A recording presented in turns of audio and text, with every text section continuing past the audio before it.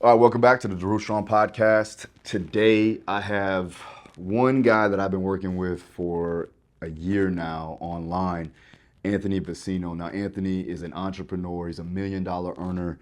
He's a guy that is truly, truly disciplined. Started off as a professional rock climber and now has transitioned into building businesses and real estate, which again, like I said, has been able to massively grow success in that particular field through discipline, through focus, and through being able to learn effectively. And we talk about all of this today on the podcast. Now, before we get into the podcast, I have to shout out Live Train. They're powering this podcast, so make sure you go check out Live Train. Check out the Instagram on all the programs and courses that they have for you right now. Now, let's get on to the podcast. Mr. Vicino, how you doing, brother? I'm good. How are you doing? Thank you for coming, by the way. Absolutely. We've spent 2 days together now. Trained. You've been training with me for what, a year and a half? Coming up on a year. Almost. Yeah, I feel like it's like September, maybe. Maybe, yeah. So we've been. I've been online programming. What I can say is that when you're on, and you have a great support system over here with Jamie. The one thing that I could see from you, just being your coach in some capacity, is you stay determined and dedicated to the approach, right? No matter what you're doing, and you have successful businesses, you have an online presence. The thing that really drove me to you and actually made me want to work with you more and more is because you do stay on point and you're dedicated to your goals, which that's the sign of a successful person. So I do want to go ahead. We want to do this podcast for a while. We got you down here so I could finally get you in studio. Let's go over how it all started, because you got the cauliflower ears. Yeah. You do got a climbing background. A little bit, yeah. Yeah, a little bit. Yeah. So, let's talk to him. Let's see, I want to know exactly, who Anthony is. Yeah, so I think, to really understand that, you got to go way, way back and understand that I have really severe ADHD. Yeah. And this was I was diagnosed when I was 6. They put me on Ritalin. I was on that until I was 16. And that had this effect where we didn't know it until many years later, but it had a side effect, which made me feel lethargic, made me feel zapped of energy constantly. Yeah.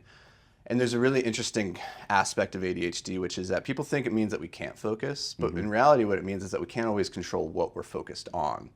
But when we get obsessed with something, we go into a state called hyperfocus, where it's like the flow state, where you're in the zone, you're locked in. The problem for me when I was on Ritalin is that it put me into a constant state of hyperfocus, and it didn't matter what was around me. I would just kind of hyperfocus on it. So I'd this helmet, I would just sit here for hours just kind of staring at it, like being locked in. And that's not super helpful, right? And so for that period of time, I felt like a prisoner. I felt trapped inside my body. Wow. When I was 16, my parents, they got divorced a couple years before. I moved in with my dad. And my dad gave me the choice of going off Ritalin. And so I was like, yeah, let's do that. I never want to be on that again. But I had this new problem, which was, I still had ADHD. I didn't have any of the systems or the frameworks or any way of understanding how to get out of my own way. Sure. And so I struggled.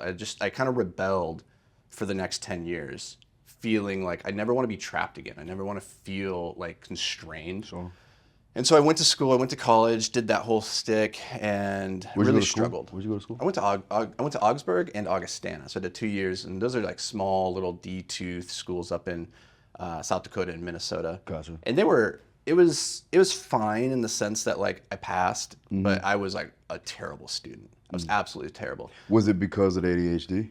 Yeah, I think it was because I just didn't care. Gotcha. At that point in my life, I really didn't know what I wanted to do, and it was a struggle in the sense that when you're in your 20s and you're young, everybody tells you got to kind of figure out where you're going in life. What do you want to be when you grow up? And you look around you, and everybody else kind of seems like they maybe have it figured out, and so that kind of makes you feel doubly shitty because you're like, well, I don't know what I'm doing, and I feel like I'm falling behind. Yeah. And so I just felt like that constantly through school, and I was like, what's the point of being here? I didn't really know what I was doing, so I just picked up some degrees, got through it, and then tried to go out into the real world and work in the real world, and I was just getting constantly fired. I was unreliable, I was undisciplined, I couldn't be counted on. I was a really shitty employee, really bad. And so I was like, well, screw this, I'm not gonna do this anymore. So I decided I'm just going to go live my own life, kind of be Peter Pan out in the woods and do my own thing.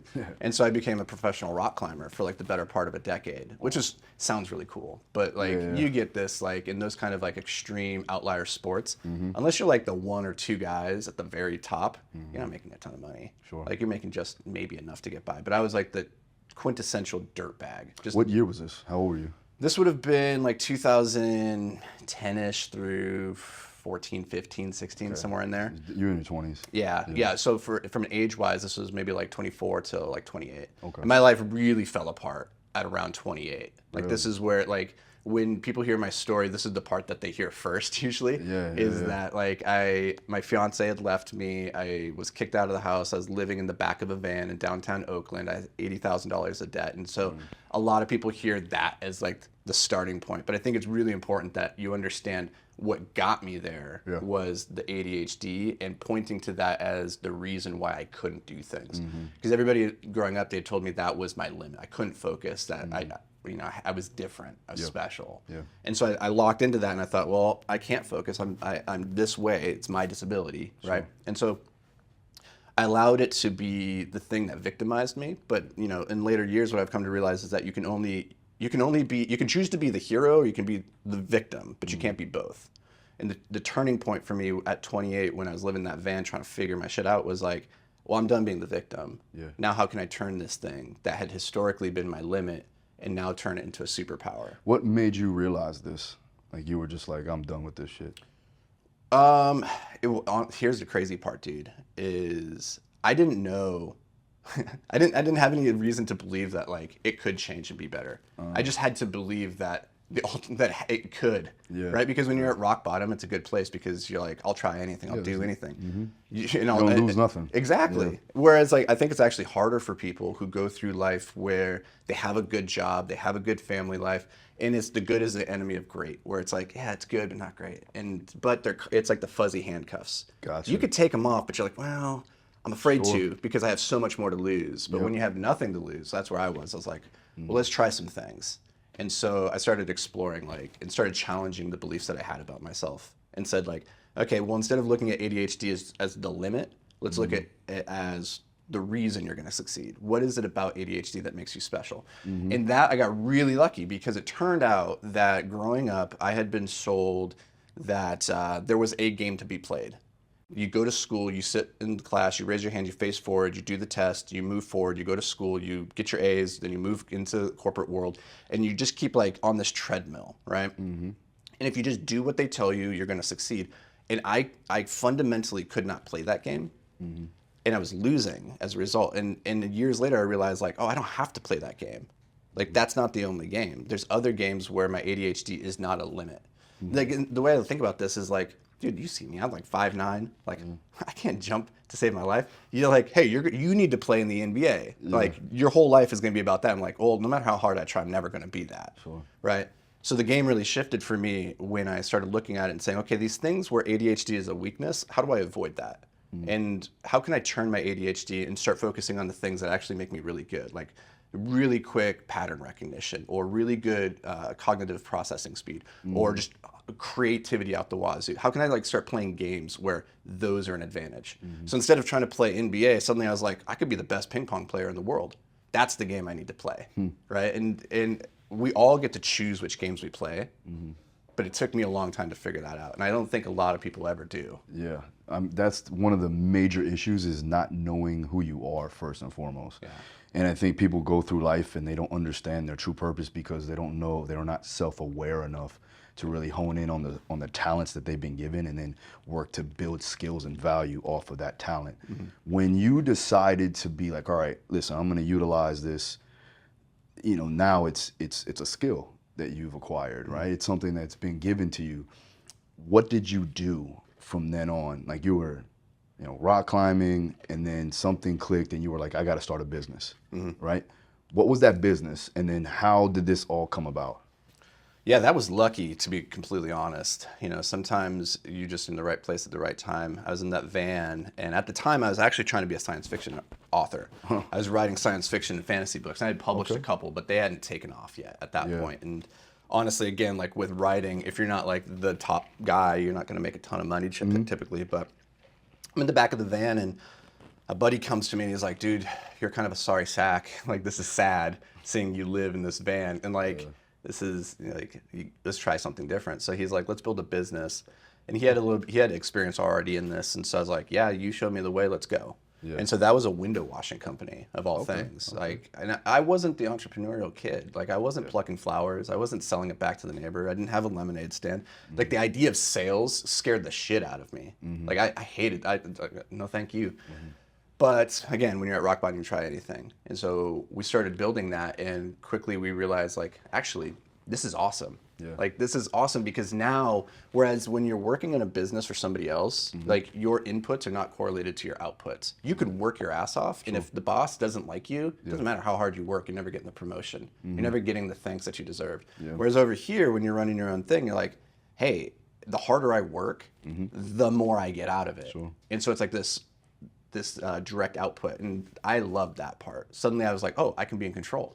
And so we started growing that, and we got really lucky because window washing leaned on our skills as rock climbers, and it leaned on our network of rock climbers. Oh, that makes so much sense. So we did high-rise window washing, and you think about, okay, well, who's going to be best on a rope? It's the dudes who are comfortable sitting on the side of El Capitan. Hold on, stop. So were you guys sitting there and like, what can we do? Because again, you've acquired a skill, right? You're obviously a really good rock climber. You're a professional. You go, well, as a rock climber, we got to scale buildings. And if we scale buildings and we just clean windows, this will be a successful business. Is that how it all came about? No, dude. I like to like. Because I'm thinking, y'all, you're in a war room and you're like, what can we do? Yeah, brainstorming, and then there's a whiteboard, And, but that's great. No, that would have been way too much self-awareness for me at that point in my life. Because now we can sit down with where we're at with our skills that we've acquired now and say, okay, what are our strengths, our weaknesses? Gotcha. Let's plan, because we understand that like your judgment is in a world of ultimate leverage, like it's everything. And so where you put your time and energy is massively important. Those are things I understand now, and I understand how to do it now. At the time, I had no clue.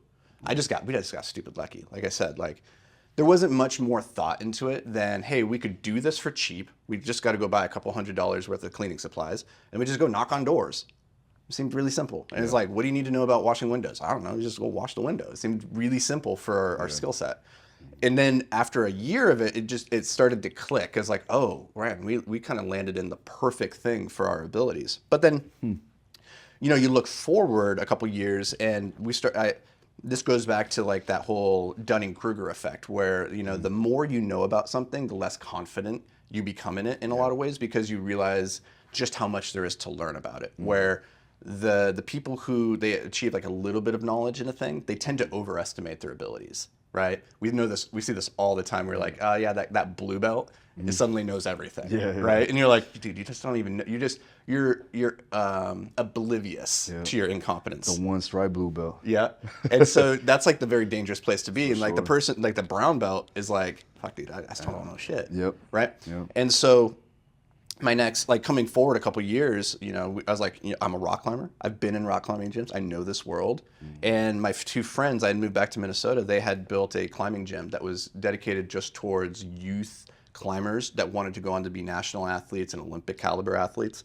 And this was about 4 or 5 years before climbing became part of the Olympics. Interestingly, one of our athletes did go on to become one of the 2 women to represent the U.S. at the Olympics, which was cool, but the business failed. Gotcha. And the business failed in a really spectacular, interesting way, because I went into it thinking they were struggling. I came in with these like string of successes. I felt like invincible. I was like the golden boy. I was like, yeah, business is easy. I can do this. And I failed. I failed for like 2 straight years. I couldn't turn this business around. And it was a really humbling experience to be like, just because you have the strengths in that area and everything lines up, like it doesn't mean it's going to be a success. And so that was a swift kick in the knee, and like a realization that like business is still hard. I got really lucky that the first one was successful. And then we've had more successes than failures. But well, why do you think that failed primarily? That's a really good question. And the years since it failed, I kind of pointed to it as saying the business model was just broken. Like it was just never going to work, and that we didn't recognize it soon enough and pivot to a plan that would work. We pivoted in the end, but it was too late by the time we did pivot. And I think this is one of the hardest things for anybody, whether you're in business or just in your in life, is to know when do you need to persist with the plan and when do you need to pivot. Yep. And that is, we get this question all the time, and I'm like, I don't know how to answer it. Truthfully, Yeah. It's tough. It's tough because I think when people, they see themselves pivot, they don't know that it's a pivot for a benefit for everything. They look at it as quitting. Yeah. Right. So, because I've had to do that plenty of times, with playing football, even with MMA, and I had to make a change because it wasn't going to pan out successfully. And it was causing heartache, it was causing issues for the people that I love around me. Yeah. And so I think people make that mistake because they don't want to come off as quitting or a quitter, right? What do you think was that moment where you were like, you know what, let's get out of here, let's pivot, and then, when did you decide, okay, now let's move on to the next thing? Well, actually, I got a question for you too, because like you've gone through these iterations, and I think this gets to one of the biggest things that we all struggle with on our journey, which is like shifting identities. Yeah. And going from being like, oh, you're the football guy. Yeah. And part of it is like, oh, you got to pivot, and you look at that as like kind of quitting, and then you're afraid that everybody else is going to kind of see you as quitting, and then you move on to this next thing, and as you have more and more success in life, you start to realize that your previous identities don't have to define your future. You can like kind of take them off like hats and different outfits, and like now I'm going to move into this new world where maybe it's less about the personal training, and now it's more about the public speaking and workshops. Yeah. And there's like this shift in identity that occurs, and for me, it's been very, very difficult at times to recognize that identity that I had. I need to let go. Like there's a difference between being a rock climber and being somebody who rock climbs, right? One is something that you identify, and it's the same way. It's like, are you a fighter or are you somebody who fights? Yeah. There's a big difference. True. And for the longest time, I was a rock climber. It was my identity as who I was. And then over time, I started to shift into, well, maybe I'm something different. Maybe I'm not really that. But it was hard because my social network, my relationship, everybody knew me as the rock climbing guy. And so there was the internal shift of like, can I leave this identity behind and move into whatever's next? But then there's this lag because your whole world, they know you as this thing. And so they kind of hold you back in times because it's not they're doing it maliciously. That's what they know you as. They're like, what do you know about business? You're the rock climbing guy. You used to sleep in the dirt. And like, it's hardest with the people who've known you the longest because they see you go through so many iterations, and they're like, what do you know about this? And so I'm curious from your perspective, like, how was that shift? Like, have you struggled with that? Yes, that's a good question because, for me, when you reach a level of success in one particular area, they automatically almost typecast you as that person, right? So just like you said, I think it's also growing, evolving and learning that, it doesn't really matter what other people think. I think a lot of people put more of an emphasis on that than actually trying to, live life with joy. Yeah. So, as I get older, I don't really look at other people's opinion as something that's going to hold me back to what I truly want to do and what's going to make my life enjoyable. And for those people that are around me and the ones that truly love me and respect me, they can understand that. Yeah. I think also it's a good way for me to transition and have multiple hats, right? And I can do that, as long as you are able to focus on one particular task at a time. And that's one thing that you probably are really, really good at because of your ADHD, right? When I take off a hat, I know that, okay, now it's time, let's say, for instance, like when I get in the coaching world, right? If I'm coaching an individual, I can go from coaching to doing a podcast. Yeah. And then right from a podcast, I can go and do a speaking engagement. Or right from that, I can be dad, so there's these multiple hats that you've been able to really hone in and really identify the proper way at the right time. Yeah. And to give you props real quick on something that I think is really interesting is that having seen you over the last couple of days and you're a very busy dude and you're moving from thing to thing. You're like, I'm over here filming and now I got to come over here and coach and do this thing. You're really good, I think, about being in whatever you're doing in that moment. Yeah. Like being really focused and intentional. If you're in podcast mode, you're in podcast mode. If you're in coaching mode, you're in coaching mode. Yeah. And that's something I think is very hard actually, like to leave behind, and you do it really well. Takes time. It takes time. I think that also that's a skill that is acquired over years and years of doing it, and also being in the trenches. And there's some things that you're really good at. Like you have that down. I think that's something, like obviously coaching, my bread and butter, I know how to train. I've been doing this for 15 years. So like when I get into that, that's my world. I can almost do it with my eyes closed. Now, doesn't mean that I'm not going to put the effort in, doesn't mean that I'm not going to do my due diligence and actually study an individual and what they need. But like at any point in time, I can switch on that, to make that switch and make it happen. This is a little bit different, like as far as now, because it's a newer venture. I've been doing over 100 episodes, but like even with podcasting or doing YouTube or, being on camera, like I've been on camera since I was a kid, since high school, because of football and MMA and everything. But as a host or as an interviewer, it's a little bit different. So you have to acquire those skills too as well, and it just takes time, and you know that. Yeah. You know what I mean? So like first of all, I want to talk about, you talk about Maslow's hierarchy of needs. Yeah. Go over that a little bit more, because I think people don't understand that, and they really do need to get that down. Yeah, so Maslow's hierarchy of needs is all about understanding, the levels that we have to move up through in life. Yeah. There's a quote he said that like had a very profound effect on me, which was, that which we can be, we must be. Is this recognition that inside of each of us, we believe there's this greatness, that we weren't born to be average. Because in a very real way, like the entirety of your human experience is occurring inside this 6 inches of brain matter, right? You are a universe of one, and you are the main player. You're the main character of this thing called life, because everything is through your lens, right? And so you don't think you're average. You think you're great, but the problem is when we're not moving towards that greatness, you feel it, right? Like it's the hero in the story who's like hasn't left the hometown yet and gone off on the journey to kill the dragon, and you're just like, what am I doing? And most people live their entire life there. So Maslow's hierarchy of needs, to scale this back a little bit, it's just saying before we can get to that level of worrying about self-actualization and worrying about those questions of our internal greatness and what's that mean to live a life of purpose and meaning, we actually have to solve for some more fundamental things. Very first and fundamental, we need to solve for our security, our safety, like our basic needs. And so that's our food, that's our shelter, that's keeping our organic system alive. And once you have those things kind of sorted out, then you can start moving up through the levels of like your relationships and then self-actualization. But for a lot of people, they try to jump to those upper levels too soon. And if they haven't solved the first 3, right? Like if you haven't solved your money, your food, your shelter, right?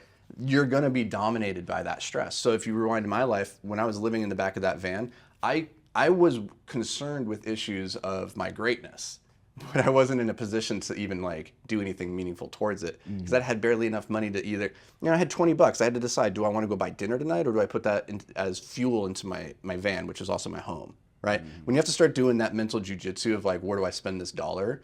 You're not in a place to go pursuing your best self.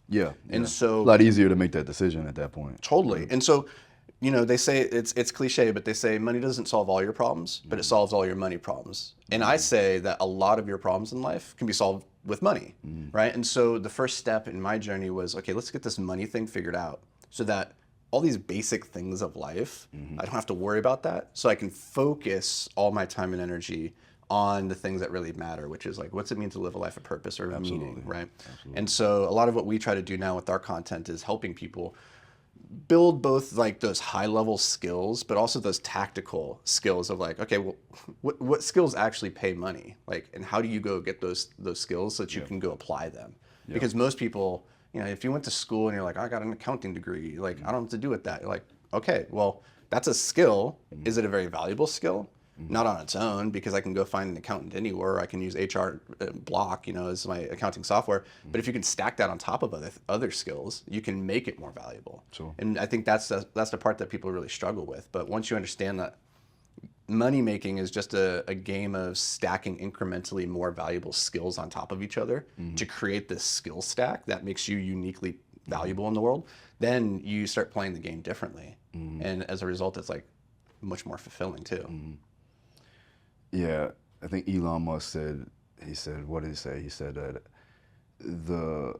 I guess the higher your reward is going to be based off of your ability to solve problems in some capacity. I'm not butchering it, but that's He's basically... like, you're paid in proportion to the magnitude of the problems that you solve. Yeah. So if you're not making the money that you want, it's because you don't solve big enough problems. Sure. This was something that was really hard for me because I have a lot of ego, like a ton of ego. And I don't say that as like trying to be self-effacing or anything. I just generally mean like I struggle with ego. And for a lot of my life, one of the biggest aspects of that was always feeling like I had to be the guy with the right answer or the know-it-all. Like I had to be seen as the guy who had all the answers, right? Which really limited me then in terms of going out and asking for help and seeing the areas where I really was struggling and sucked and like looking at that objectively. But one of the big things I had to realize when I was 28 and I wasn't where I wanted to be financially at least, was looking at my life and realizing you might think you're a badass, but the market doesn't. Yeah. The market doesn't agree. And that's why you're living in the back of a van and you're only worth $80,000. Yeah. Negative $80,000. That's so funny. So, all right, now with that being said, because now your portfolio is up there, right? You're in the millions. What did you do? How did you leverage this? I know we talked, with even with your finances now, what's the main skill set that an individual needs to have in order for them to be successful? At least be financially free in some capacity. Yeah, man, that's a good question. So there's a lot of paths to the top of the mountain. So I don't want to say that like there's one best way. For me, the fundamental skill I think that my entire life and portfolio is built off of is the ability to communicate, storytelling or copywriting or marketing, the ability to convey a message in a compelling way that gets the other person to take an action in alignment with my goals. Okay. And so if you think about marketing, that's all that really is, right? Yeah. I'm sharing a message in the hopes that it resonates with you in a way that compels action.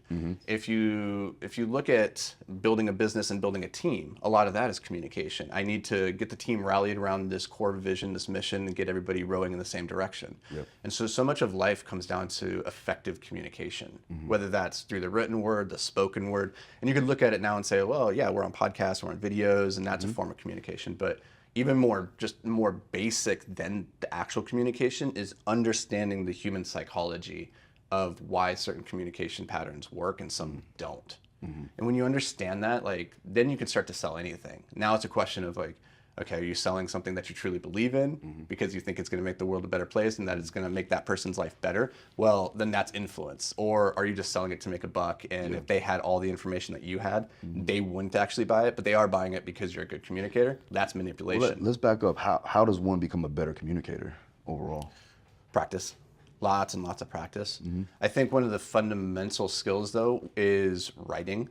I think writing is a key skill that permeates everything because rewinding, if you don't have something good to communicate, then it's like when your mom's like, if you don't have anything nice to say, don't say anything at all. If you don't have anything of value to say, don't say anything, right? And the only way that you have something of value to say is if you spend enough time really introspecting and looking inwards and saying, what is it that I believe about the world? What is unique about my perspective? Because like you said, come full circle, something you said earlier, a lot of students, they'll get into a thing and they'll start to innovate it earlier than they really should because they want it to be viewed as original, right? And it's like, no, you don't really have a deep original thought on this yet, like, because you haven't put in the time and the reps. Yes. And so for me, writing, whether that's journaling or blogging, tweeting, whatever, like writing is a form of thinking. Yeah. And it's one of the hardest forms because you have to funnel your thoughts through the pen or through your fingertips. It's very slow. Yeah. And most people find it very uncomfortable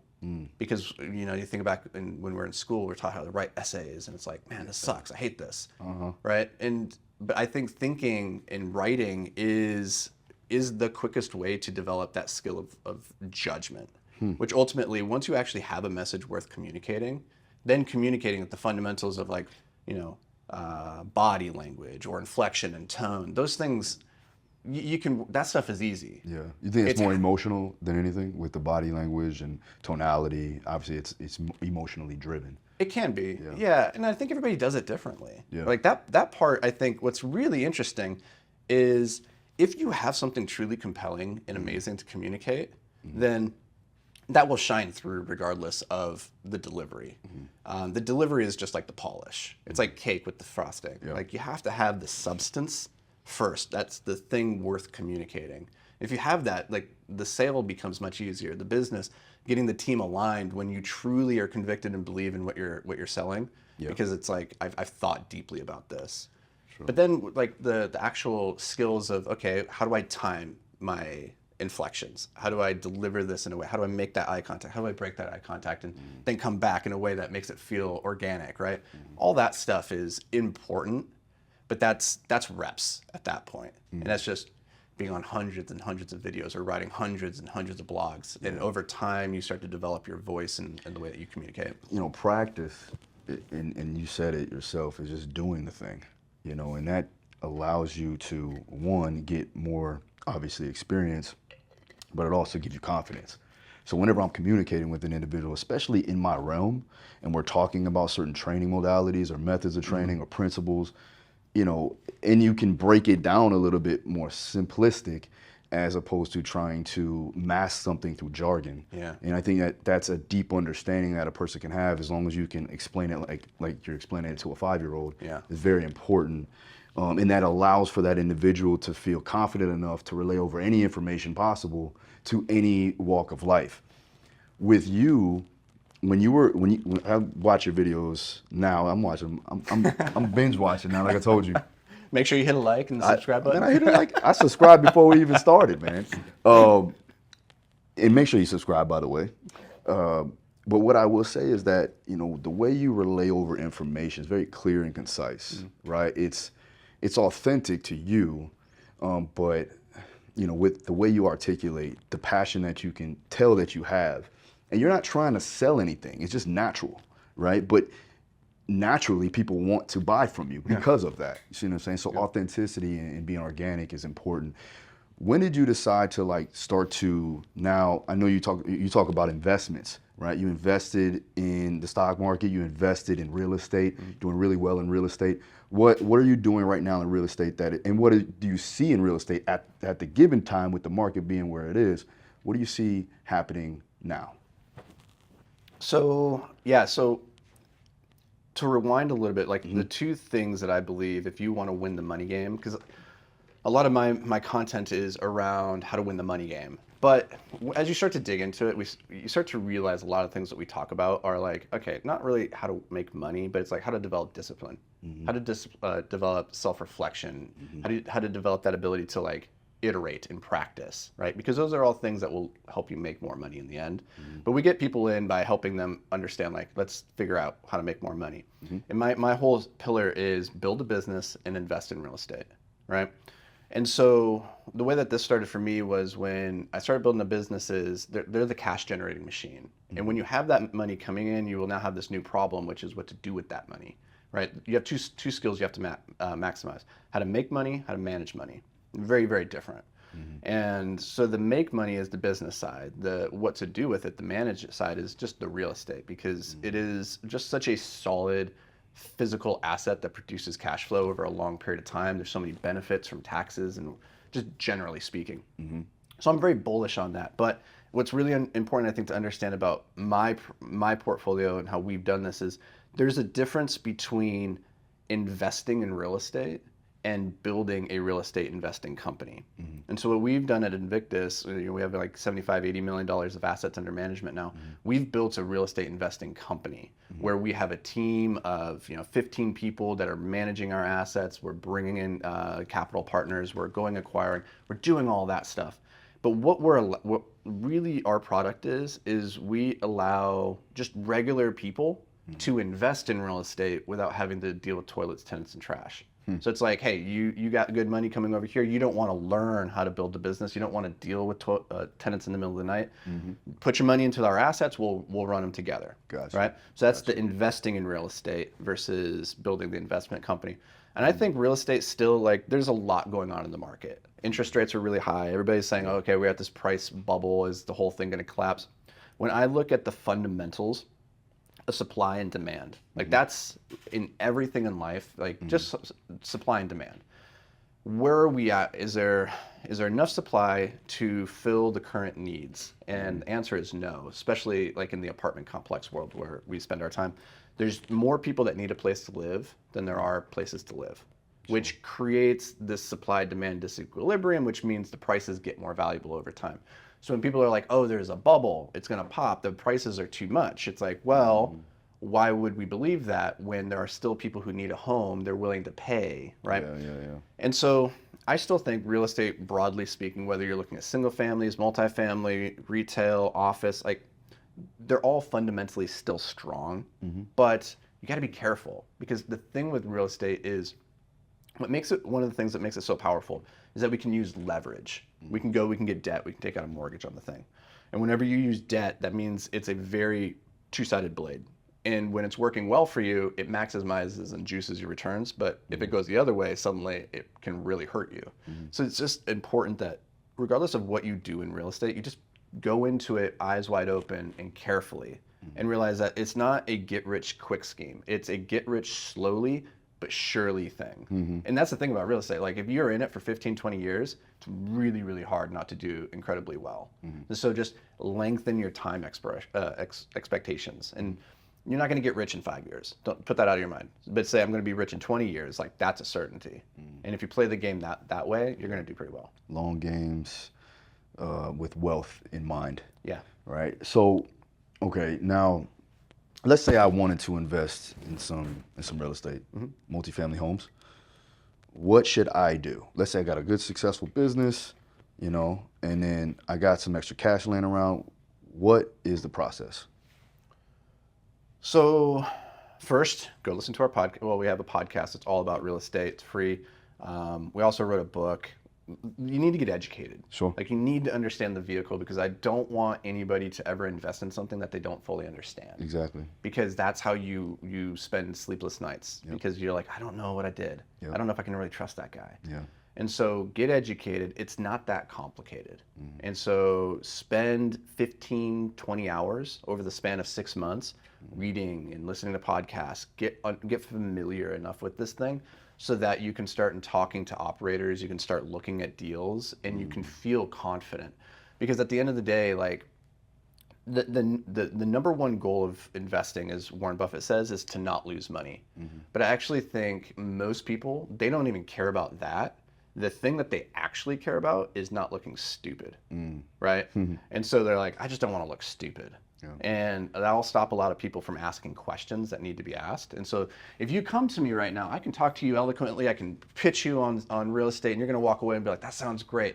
But all those questions that you had, because you didn't quite understand the details of it, you're just gonna brush off because you're afraid of looking stupid, right? And you're like, I don't wanna ask that question because it seems like maybe a basic question. Sure. So you gotta get that out of the way. Yeah. Get your baseline up so that you can actually have intelligent conversations. And then, honestly, 6 months. For most people that come into our funnel, they spend 6 months listening to podcasts, reading, and then they feel comfortable enough to have that next conversation.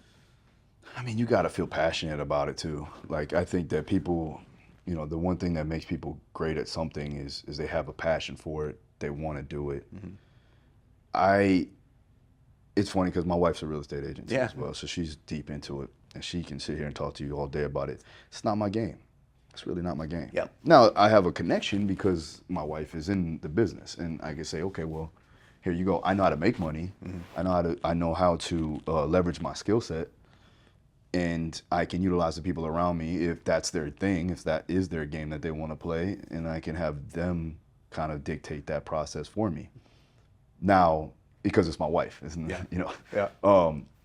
For people that, you know, are looking for a way to be successful, whatever that is. You know, a lot of people will say it's money. Let's just put it like that. If they're trying to make money, if they're trying to be successful, what are some of the three, I would say, I don't have to put a number on it, but what are some of the key factors that somebody should actually hone in on? And what are the skills that they need to acquire to get there? So that's a really good question. The way that I think about it is you have your core skills and you have more tactical skills. And so the way that I visualize this is like if you're a video game character, I don't know, do you ever play video games? My son does. Yeah. So yeah, I play. So yeah, you know how it is. Yeah. So like when you're playing the video game, there's like these core stats that we all get to figure out for our character. Everybody in the game has like a baseline of strength or dexterity or intelligence, charisma, right? At the beginning of the game, you're like, maybe I want to be the really strong guy, and I don't necessarily want to be very dexterous. You know, so like you can create your skill stack over there. And then you have the more tactical or skill-based skills where it's like, do you want to be the barbarian who's really good at like throwing the machete, or do you want to be the sorcerer who's really good at firing fireballs, right? The way I think about it is those are money-making skills. Like, do you want to be the marketer who's really good at selling cars? Do you want to be the accountant who builds the software, right? Those are those skills. The more important ones are the core skills, those 5 that we start the game with, the strength, charisma, dexterity. And the 3 that I see of like the people who are most successful are focus, discipline, and learning. Like those 3 skills will get you past 99% of people in the world. The ability, one, focus. Focus for me is everything, because you hear people say all the time that time is your most valuable asset. It's wrong. It's wrong, because time is not something that you control, right? It's a figment of your imagination. If I come, and more importantly, like if I come to you and I'm like, hey, yo, can I get 5 minutes of your time? You're not like, let me go to my safe real quick and pull out 5 minutes of time and hand it to you, right? It's not that. And what I'm really asking for is 5 minutes of your focus, of your attention. So that is the root asset. That's the thing that's actually important. And if you don't know how to allocate that asset, which I didn't for like most of my life, right? ADHD again, like I didn't know how to focus. Then I was just squandering my most precious asset. So that's number one, is like learn how to focus. Okay, hold on. So how does one organize that? Like, cause we talk about, okay, we talk about focus. I got 5 minutes. How do I organize this? Yeah. Focus is a really big one. Like, there's so many aspects of it, and it's a constantly evolving game. But I'll say this: focus is the ability to resist distractions. Okay. So there's really 2 ways that we can go about this. One is we can pump up our focus muscle. We can get stronger. We can have more willpower to resist, and that's fine. That's getting into the mental weightlifting gym every day and doing reps and building out that focus muscle. That's one aspect. The more powerful aspect that I think most people just need to start with is, if focus is the ability to resist distractions, then the easiest way to focus is to make sure distractions don't appear in the first place. It's environment design, right? And designing the way that you work, the way that you live, so that it's conducive for focus. This took me a really long time, dude. So one of the things with ADHD, so Jamie put me onto this. It's really embarrassing. So one of the things that people with ADHD do, that we have an organizational system, or we think we do, it's called piling. The way piling works is I pile up all my shit, and then I'm like, I know exactly where my stuff is. So instead of using the hamper or hanging my clothes, I put all my clothes on the floor. Instead of having like an organizational system for my papers, I put them all on my desk. And I'm like, if you come to me, I'm like, I know exactly where that thing is, right? We believe that. It's bullshit. Studies show that we don't actually know. We're not actually any more effective. Like, this is a terrible system, but we fool ourselves. So the number one thing is like, those things that you default to probably are not the most advantageous systems. And so designing your world and your systems so that distractions don't appear, that you actually do have focus. And so the big struggle for me has been realizing like I can't trust my intuition when it comes to focus. I'm gonna write this down. Yeah. So piling. Dude, it's super funny because like you start to see this everywhere. Holy like, shit, hold on. and if I'm left to my own devices, I still pile. I know it's bullshit, and I still do it. And I'm like, okay, I know this doesn't work. Because I've seen in my life what happens when I use that as my primary system. So that's number one, is just like focus is the ability to resist distraction. So we can either pump up that muscle by getting into I like to call it the mental weightlifting gym, where we're like, the more you focus, the more you use that muscle, the more you strain it, the stronger it gets, right? And that's one side of things. That's super important, but then start with the environment design. It's the easier one. Like, organize your world in a way where it makes focus easier. I do that intuitively. I do. Because I do like to be, I mean, I'm not the quintessential, like, conscientious person, but I do like to have things readily available for me because I'm always on the go. So I need to be as organized as possible because my life is just always, boom, boom, you know, fast and obviously transitioning a lot, as you can see. Yep. So if it's chaotic, then it will never work, right? Yep. Okay, so we got the focus down. Discipline. Yes. All right. Let's see. Dude. How can we be more disciplined? Here we go. Discipline's the one that I struggled. Focus is probably my biggest struggle, but discipline is even more of a root cause because here's the truth of why I struggled so much throughout my 20s was because I rebelled against external authority. You could not tell me what to do. I would just resist it. But the problem was I still do this. Shaving in the corner. Yeah, I still can't tell me what to do. The problem was I couldn't tell myself what to do either. I couldn't discipline myself and hold myself accountable. And so if you are not accountable to the world and you're not accountable to yourself, you're not going to get anywhere in life. Sure. And there's a great quote. I can't remember who said it, but it was something that man is only free to the degree to which he can discipline himself. And if he cannot discipline himself, the world will have to do it for him. And what that means is like, if I'm not going to be disciplined about my finances, I'm just going to go buy like all these things that I can't afford on a credit card. Eventually, I'm going to go bankrupt. Eventually, they're going to put me in jail, right? Like eventually, these things are going to go sideways. If I don't pay my bills, if I'm like just living, you know, this life of pure freedom, right? The world will eventually discipline you, and that's usually in a way you don't want to be disciplined. Yep. And so a lot of people figure this out way quicker than I did, is that you have to be able to discipline yourself. So Jocko, he talks about discipline is freedom, right? And it's a really interesting paradox for me where I really rebelled against any kind of structure in my life because it made me feel, going back to Ritalin, it made me feel trapped, made me feel confined. But the constraint is the mother of all creation, right? Like when we have these constraints and we have these problems that need to be solved, that's when we actually have the epiphanies that lead us to solving those things. So this is a really counterintuitive approach where it's like, I need more structure. I need more discipline in my life. And one of the things that really helped me with this was to have like this schizophrenic break in a way where I think about myself in two ways. I think about my current self and I think about my future self. And in a lot of ways, and like I refer to myself as like current Anthony and future Anthony. And I'm like, current Anthony's job is to live his life in a way that future Anthony doesn't hate current Anthony, right? And to structure his life in a way that future Anthony is set up for success. So like one of these ways is time blocking. So sitting down every night before bed to figure out what am I going to do the next day and scheduling it out. Yep. And I call this the master and the slave. So the version of myself that's sitting down every night to do that scheduling, he's the master. All I got to do is plot out what's the perfect day for my future slave self.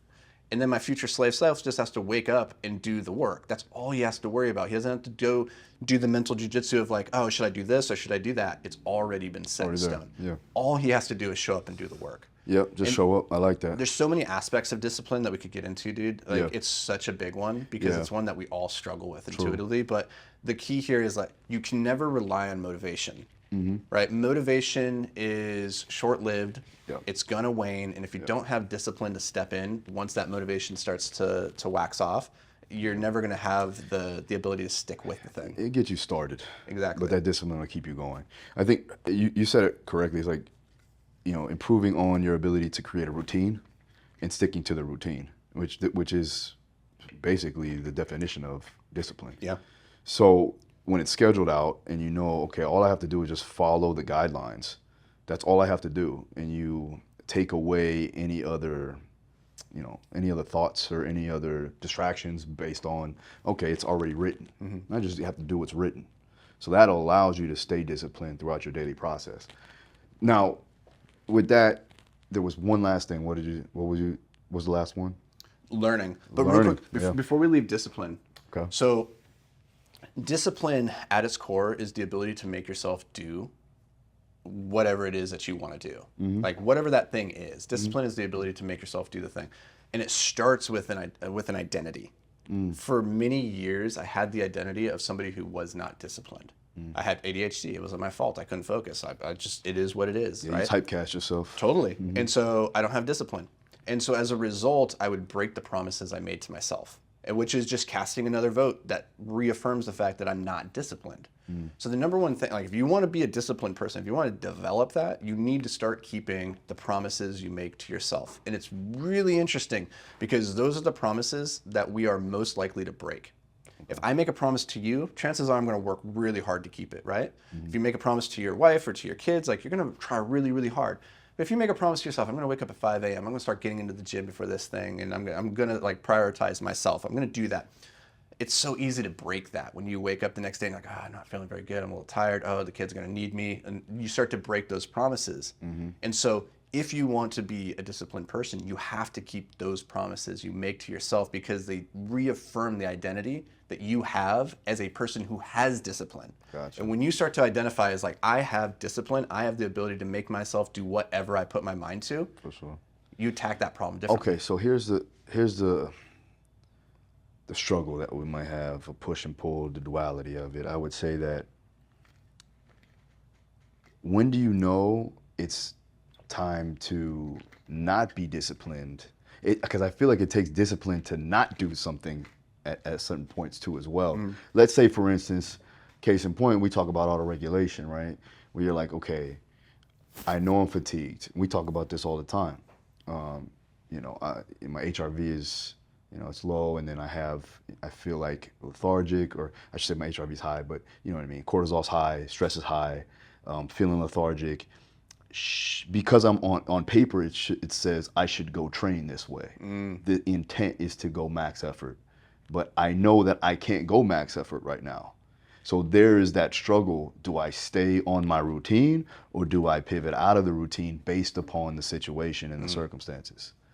Dude, that's a really good question. And it goes back to like the importance of judgment and being able to look at a contextual situation and say, what should I do in this? Which is hard because a lot of times we don't have enough context to be able to say. And so this is where having a third party, having somebody else in your life, like a coach, a consultant, somebody who can look at it and be like, what am I not seeing here?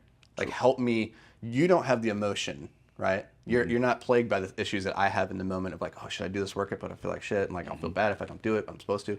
You can look at it and be like, no, this is what the data tells us. Here's what you do next. And you go, okay, cool. So that's the best way that I know in that type of a situation. Perfect. Until you have that context for yourself after doing it for 25 years, right? You could do that for yourself right now. If you don't have that ability yet, get somebody who does. It's very hard still, because emotion plays a big role in that. Yeah. So you go, well, I'm not being disciplined enough. I'm being a pussy. Why am I not going after it? This is why Michael Jordan had a coach. Yeah, of course. This is why Kobe Bryant had a coach. Absolutely. Right? Absolutely. All the best players at whatever they are doing in life, they have a coach. And even then, I like to utilize objective indicators to help facilitate that, because you can use the technology, because the technology has no emotion whatsoever. Even a coach may have some emotion for that individual. Totally. I do too, because I want to see you guys succeed. And then there's some cases that maybe, I'm second guessing a certain situation because I know what I know. You know what I mean? And the experience is there. But you go, okay, well, the tech says because it has no emotion, because it runs off algorithms, this is what we should do. So that becomes the bad guy. Yeah. But it's a good thing because it allows us to keep progressing. But it still keeps us in that mode of still being disciplined. Yeah. Right? Okay. Anything else on that? Yeah, it's the data, right? Like with enough data, you can make these decisions, but context still matters, right? Like you look at the data and it's like, why is my HRV so high? Well, did you drink last night? Like, did you get shitty sleep? Like maybe it's not actually the workout. Maybe it's the stuff happening outside that workout and the recovery side, right? Well, we go back to this. It's like having the discipline not to go train.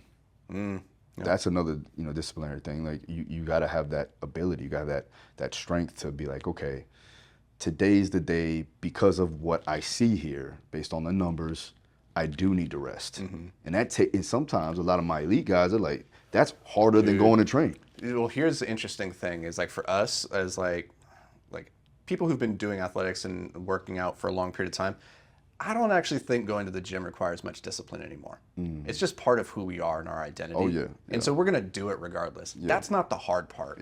Like if you don't truly struggle every day to self-generate the motivation to go get into the gym, it's not a discipline problem that you have. And like we don't really have that problem because we just go, it's the work that needs to get done. This is what I do. I show up, I do the work, Yeah. right? So the harder part is to say, when should I not show up and do the work, right? That's the thing that, like you're saying, it requires discipline to not show up. And you hear like a lot of people in the health community and in business too, where they're like, oh, it requires discipline to do this and this and this, and like discipline to wake up at 5 a.m. It's like at a certain point, it's not discipline anymore. It's just who you are and you just do routine, it. yeah. Right. Yeah. And so You don't even need an alarm clock at that point. Once you don't have an alarm clock to get you up, then discipline goes out the window because it's already just It's your something routine. different. Now get up at 4. yeah, exactly. Try that. It's a different game suddenly. Yeah. But you know, going back to those 3 core skills that we talked about, like all successful people have, it's focus, discipline. The third one's learning, which is really interesting because again, like we started the conversation with this, which was how do you learn, and that is one of those skills that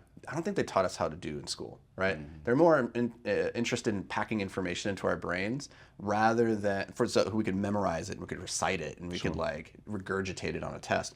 They weren't really interested in helping us figure out how do you learn? Like what's your preferred? Like you said it before, you're really good at watching a person do the thing, right? And then doing the thing. Yeah. That's a very different structure than school where they're like, hey, go read this in the book and then sit for a lecture. That's terrible in school. Right? Yeah.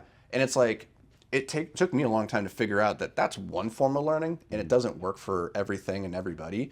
But if you can unlock how you learn, not just like kinesthetically, like for physical activities, but for mental things, like, oh, how do I learn how to copyright or communicate? Yeah. Learning that skill, like you said, watching somebody do it and then try to go and emulating it yourself. If that's how you learn, you're going to do it so much quicker rather than just most people don't have that ability. Yep. They really struggle with it. But if you can unlock it, it's like a game changer.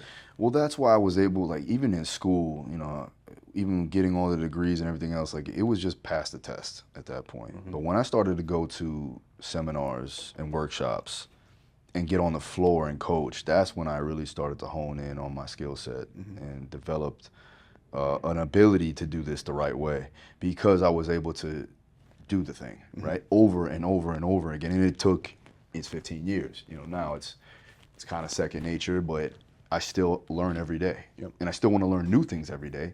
But the biggest thing for me is, again, like I said, is doing it. Yeah. And there's 3 aspects of this which lead to mastery, which is, so you've heard of like the 10,000 hour rule, right? Or it's like, you got to put in 10,000 hours in doing a thing before you achieve mastery. And that's like a pretty common thing that people say these days. But Naval Ravikant said, it's not about 10,000 hours, it's about 10,000 iterations. And this is a really important distinction because, you know, I could sit down and if I, you know, just did 10,000 of the same repetition, but with the same lack of self-awareness, engaging the wrong muscles, it's not actually going to help me. It's not going to get me any better. In the same way, if I sat down to write a book, but I never reflected on it and then tried to iterate and improve it, it's never going to get better. And so there's 3 things that learning and growing, improving requires. That's we need feedback, we need reflection, and we need iteration. So feedback, that's what you were getting when you're like getting on the mat, you're going through it and you're learning. Because like as you're doing it, you're saying, oh, this works and this doesn't work. And then the reflection is you're sitting down afterwards and you're wondering, well, why did that work? Why didn't this work? What could I do differently? And you're like hypothesizing. It's a scientific method. You're creating like a theory for why it might be better the next time if you tried this.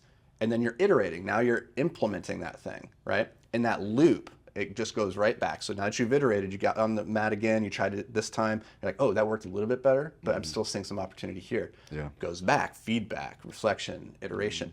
And the tighter that you can make that loop in anything that you're trying to learn, the quicker you're gonna learn. Gotcha. Yeah. Well, I think also it comes down to wanting to do the thing.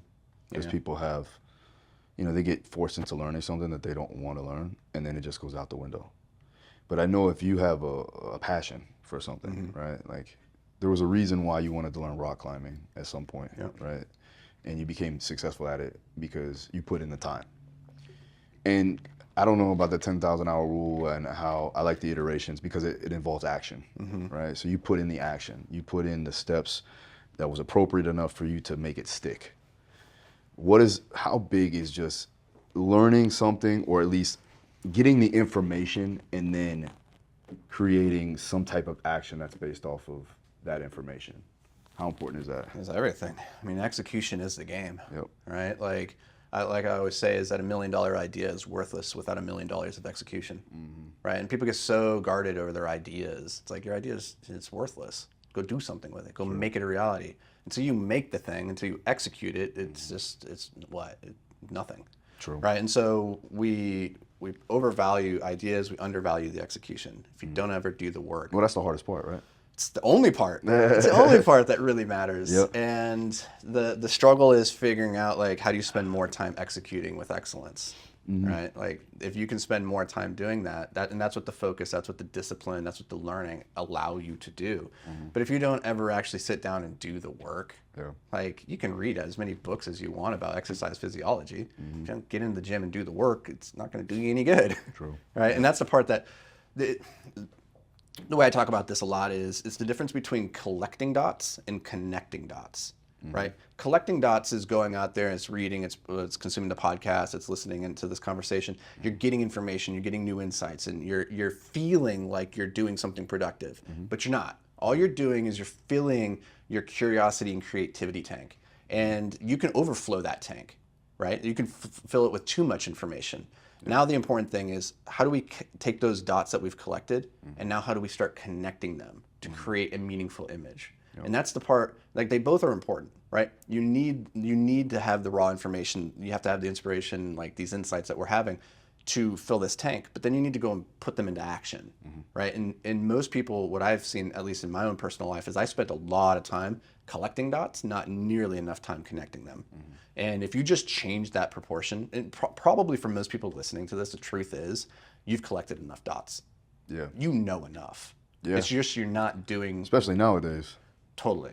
You're just not doing enough with what you already know. Right?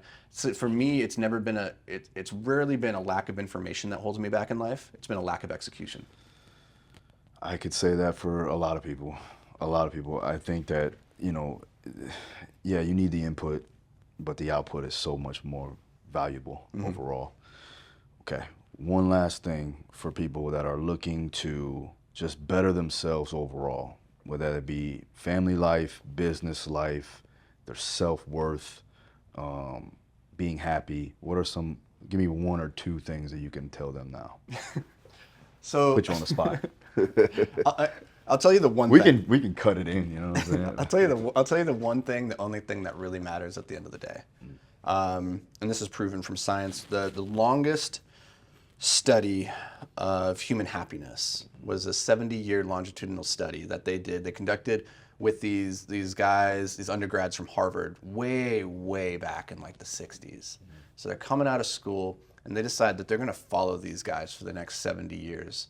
And it was recently released that JFK was actually one of the guys in the study. Like, wow. Yeah, we didn't get a lot of data points from him, unfortunately, but they studied these guys over the course of their life for all sorts of metrics. They're interested in seeing, like, where did they go to school? What did they end up doing? Like what was their prevalence of heart disease and like health and like happiness, all these things. And at the end of it all, they boiled it down, and they're like, what is the leading contributor to happiness at the end of the day? And the first line of that study, it's called the Gantt study, is probably one of the best first lines of any study I've ever seen. It just says, happiness is love, full stop. So everything that we're talking about here, right, about bettering ourselves, improving, and all this stuff is very, very, very, very important.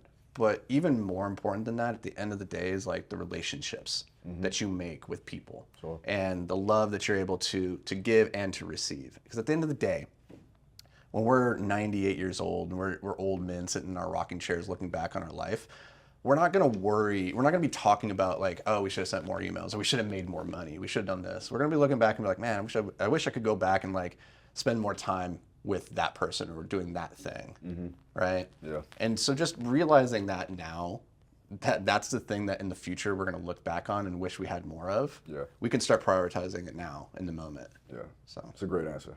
100%. Lock that in. And we're going to drop the mic on that one. My man, thank you so much. We're going to go ahead and get some training in. Let them know they can find your YouTube channel and Instagram too as well. Yeah. I mean, come find me pretty much anywhere on social media. Anthony Vicino. Come find the YouTube channel.